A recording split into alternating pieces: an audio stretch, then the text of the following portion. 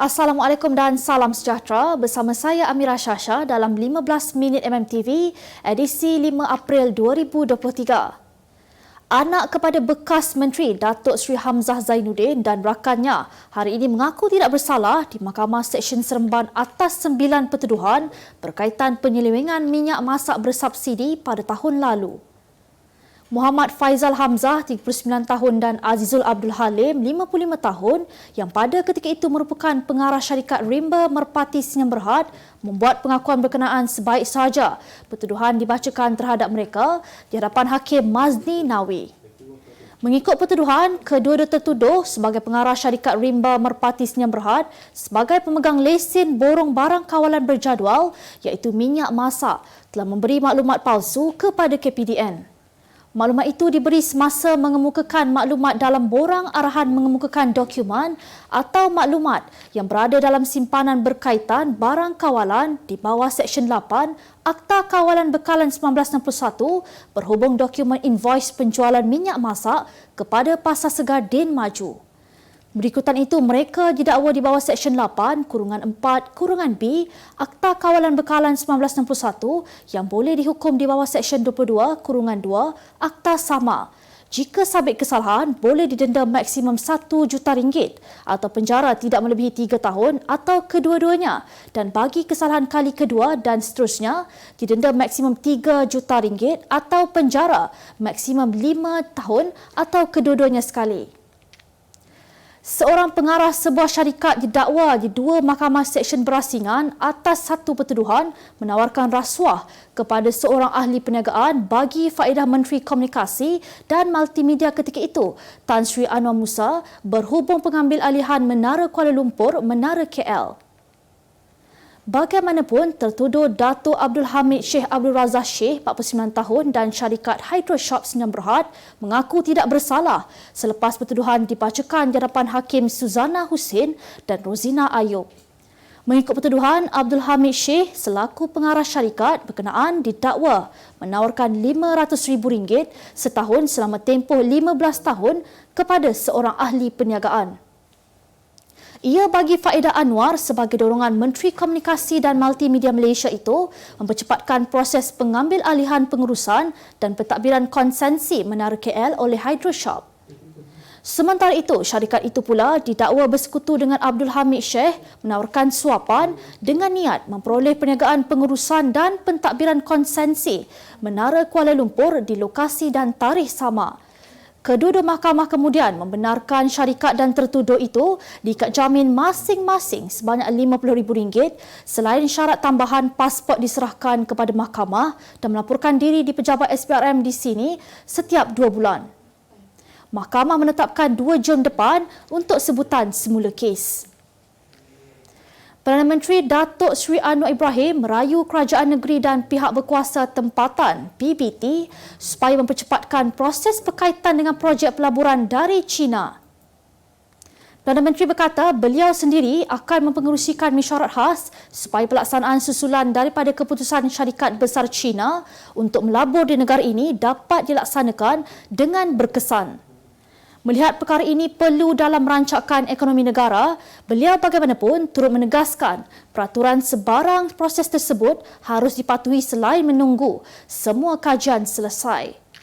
Namun meminta agar tempoh masa dapat dipendekkan selain memudahkan agar tidak menjadi masalah kepada syarikat terbabit.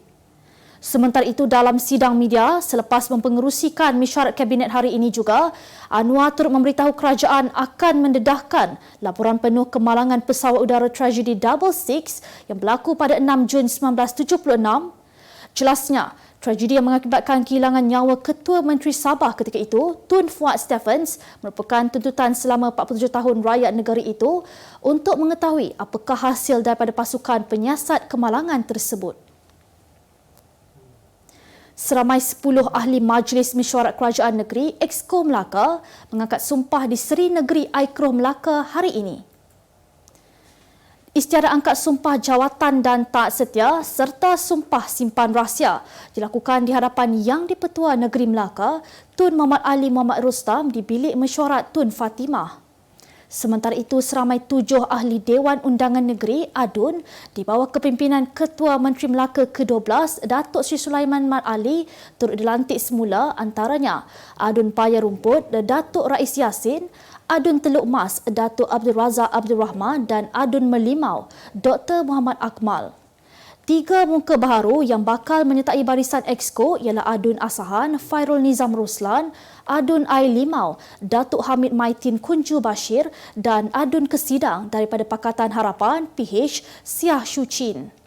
Dalam pada itu, jawatan timbalan Majlis Mesyuarat Kerajaan Negeri Exco bakal diwujudkan semula selepas dimansuhkan pada 2018 dan bakal diisi oleh ADUN kerajaan termasuk daripada PH. Utusan Malaysia dan Cosmo melancarkan satu lagi produk terbaru. Apa yang ada dalam Iklaneka? Ia adalah platform yang tepat dan efektif untuk mengiklan antaranya berbagai jenis notis, cautan kosong, hartanah, tender, kenderaan, mencari wali atau waris dan berbagai lagi. Apa yang anda cari? Semuanya ada di sini. 2 dalam 1. Layari iklaneka.utusan.com.my.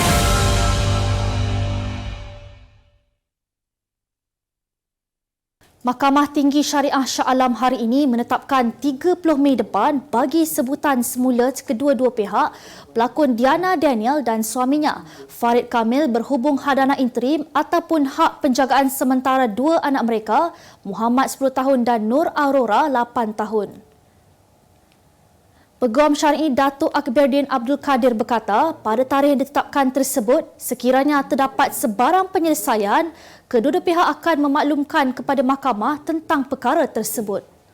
Diana sebelum ini memperolehi hak penjagaan sementara 2 anaknya oleh Mahkamah Tinggi Shah Alam pada 24 Mac lalu. Sebelum ini, Mahkamah Rendah Syariah Petaling telah menetapkan 30 Mei depan bagi Farid dan Diana memaklumkan kepada mahkamah laporan Jawatan Kuasa Pendamai JKP berkenaan kes cerai mereka. Seorang lelaki yang lemas ditemukan maut di lokasi apabila lori yang dipandunya terjunam ke dalam laut di Jeti Lumut Maritim Terminal Lumut Port awal pagi tadi. Mangsa Akir Rashdan Razmi, 20 tahun, ditemui dalam kabin tempat duduk pemandu. Sejurus kenderaan itu berjaya dinaikkan kira-kira pukul 9.45 pagi tadi. Ketua Balai Bomba dan Penyelamat BBP Setiawan Muhammad Aziz Zakaria menjelaskan pihaknya menerima panggilan kecemasan pada pukul 5.30 pagi mengenai kejadian itu. Menurutnya, hanya seorang mangsa yang terlibat dan pihaknya menggunakan 2 kren bagi menarik lori tersebut ke jeti ketika air mulai surut dengan kedalaman antara 10 hingga 11 meter. Beliau turut memaklumkan mangsa telah diserahkan kepada pihak polis untuk catatan lanjut. Kasut sukan milik bekas pemain bola keranjang profesional Amerika Syarikat AS Michael Jordan dijangka memecah rekod sebagai kasut paling mahal yang pernah dilelong. Menurut firma lelongan Sotheby's, bidaan untuk kasut Air Jordan 13 itu mencecah 7.9 juta ringgit selepas lelongan dibuka. Bidaan itu melepasi rekod sepasang kasut Nike Airships yang juga milik Jordan dilelong pada 2021 bernilai 6.5 juta ringgit. Ramai meramalkan kasut itu mungkin akan dijual pada harga mencecah 17.6 juta ringgit menjelang akhir sesi bidaan pada 11 April depan. Jordan memakai kasut Air Jordan 13 semasa musim kejuaraan terakhirnya bersama pasukan Chicago Bulls pada 1997 hingga 1998. 7 cedera selepas polis Israel menyerbu Masjid Al-Aqsa di Baitul Maqdis Timur semalam. Menurut laporan, sekumpulan penduduk Palestin bertindak menghalang rejim Zionis menyerbu masuk ke dalam Dewan Solat Al-Qibli di Masjid Al-Aqsa. Polis Israel bertindak memecahkan tingkap dan menyerang jemaah sebelum mereka menunaikan solat subuh serta menahan 200 rakyat Palestin dalam serangan tersebut. Bulan Sabit Merah Palestin berkata, terdapat mangsa yang cedera akibat tembakan peluru getah dan dipukul. Namun pihak Israel dilaporkan menghalang pegawai perubataannya daripada memasuki kawasan Al-Aqsa. Sementara itu, Kementerian Luar Mesir menggesa agar serangan ke atas jemaah Al-Aqsa dihentikan. Kemas terkini pengetahuan anda tentang isu ekonomi dan pasaran. Merangkumi sektor hartanah, perniagaan, keuangan, komoditi, IKS, halal niaga dan dunia korporat. Sentiasa ikuti perkembangan ekonomi semasa di dalam dan luar negara. Semua informasi terkini hanya di hujung jari. Dapatkan edisi ringgit setiap Isnin hanya di Akhbar Utusan Malaysia.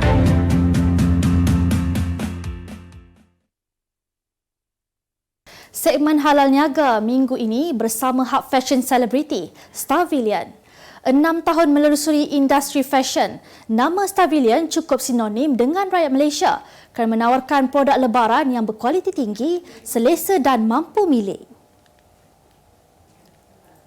Mempunyai 7 cawangan di dalam negara, Starvillian bercadang untuk meluaskan empayar mereka di Indonesia tahun hadapan. Kita ada mengeluarkan tahun ini dan tahun-tahun lepas juga kita ada kurta, kita ada kurta untuk lelaki, kurta untuk perempuan. Ada 2-3 kurta yang kita emphasizekan yang kurta ni unisex. Yang kita tengok yang boleh pakai lah untuk kaum wanita. Jubah lelaki, jubah perempuan, dan juga tak lupa songkok, aksesoris, sampin, butang baju Melayu, kopiah. So bukan, kita nak jadikan one stop center dari segi fashion, kembali kepada kita punya fokus koleksi lebaran iaitu raya, insya-Allah. Pada tahun ini, Starvillian melancarkan kempen Sama-Sama Kita Raya dengan menampilkan pelakon Dato' Adi Putra dan Nora Danish sebagai inspirasi koleksi. Kita pun ada 4 kali bayar dan 3 kali bayar untuk kita partner up dengan Atomy dan juga GrabPay. So dengan ada mekanism-mekanism yang seperti berikut, kita rasa apa yang kita persembahkan insya-Allah memang mampu milik. Beralih ke berita sukan. Momentum cemerlang pasukan Selangor FC pada kempen Liga Super musim ini berterusan selepas bangkit menewaskan Negeri Sembilan FC NSFC dengan keputusan 2-1 di Stadium Majlis Bandaraya Petaling Jaya semalam. Skuad Gegar Mesi Merah tergamam apabila penguasaan pada babak pertama menjadi sia-sia selepas skuad Hobin Jang Hobin dihadapkan sepakan penalti yang berjaya disempurnakan oleh Harold Gulon pada masa kecederaan. Pada aksi babak kedua, Selangor FC bangkit memperkemaskan jentera serangan dan tidak menunggu lama untuk mendapatkan gol penyamaan menerusi ledakan Faizal Halim pada minit ke-56. Tuah ternyata memihak kepada tuan rumah apabila pemain pertahanan Syahrul Nazim Zulpakar menanduk masuk gol kemenangan menerusi gerakan set piece pada masa tambahan dengan kedudukan 2-1 kekal sehingga tamat perlawanan. Sementara itu, Johor Darul Takzim JDT kekal berada di puncak Liga selepas menundukkan Perak 5-0 pada aksi yang berlangsung di Stadium Perak Ipoh malam tadi. Lionel Messi menerima tawaran 400 juta euro bersamaan 1.93 bilion ringgit setahun untuk menyertai klub Arab Saudi Al Hilal SFC. Tawaran berkenaan 2 kali ganda nilai gaji yang diterima Cristiano Ronaldo bersama satu lagi klub Liga Pro Saudi, Al Nassr. Menurut wartawan Itali Fabrizio Romano, klub berkenaan berharap dapat menandatangani juara Piala Dunia bersama Argentina itu selepas kontraknya di Paris Saint-Germain tamat musim panas ini. Bagaimanapun, dia merasakan Messi 35 tahun akan memilih untuk kekal bersaing dalam Liga Eropah. Dalam perkembangan lain, Barcelona antara klub yang dikaitkan sekali lagi dengan kepulangan Messi di mana wakil klub tersebut menyatakan secara terbuka bahawa mereka ada mengadakan perbincangan dengan pihak Messi untuk membawa pulang pemain tersebut. Sebagai penutup 15 minit MMTV hari ini, saksikan laporan cuaca esok Khamis 6 April 2023. Jangan lupa dapatkan akhbar utusan Malaysia dan Kosmo untuk berita-berita terkini dan menyeluruh. Sekian sahaja daripada saya Amira Shasha. Assalamualaikum dan selamat berbuka puasa.